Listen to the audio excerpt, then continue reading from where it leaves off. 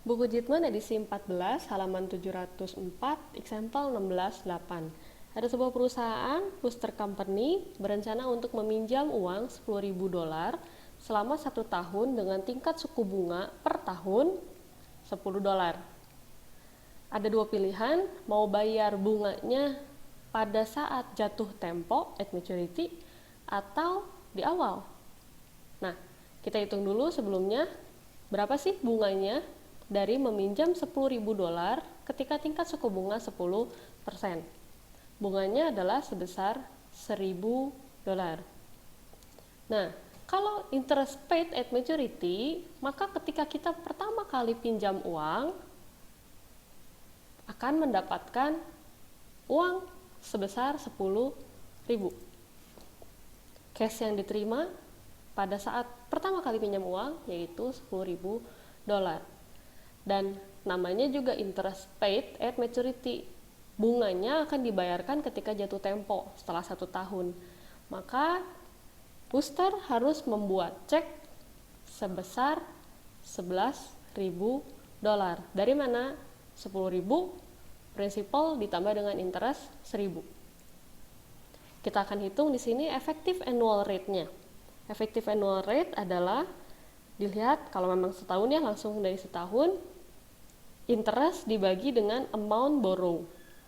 Langsung aja, interestnya kan tadi 1.000 dibagi dengan amount yang dipinjam adalah 10.000, maka 1.000 bagi 10.000 kita ganti menjadi percentage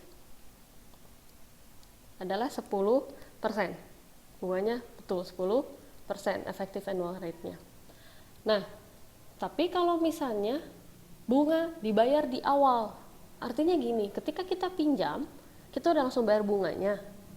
Jadi, uang yang kita terima tidak sebesar prinsipal, karena kita udah bayar bunganya di awal.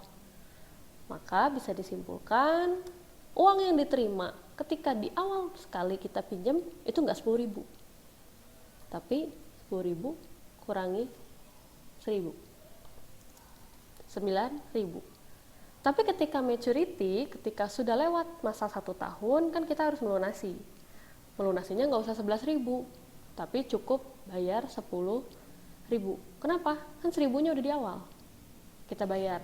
Makanya kita nggak terima prinsipal 10.000, kita terima cuma 9.000 karena nanti pas lagi maturity, 1 tahun berlalu, kita cukup bayar 10.000 aja.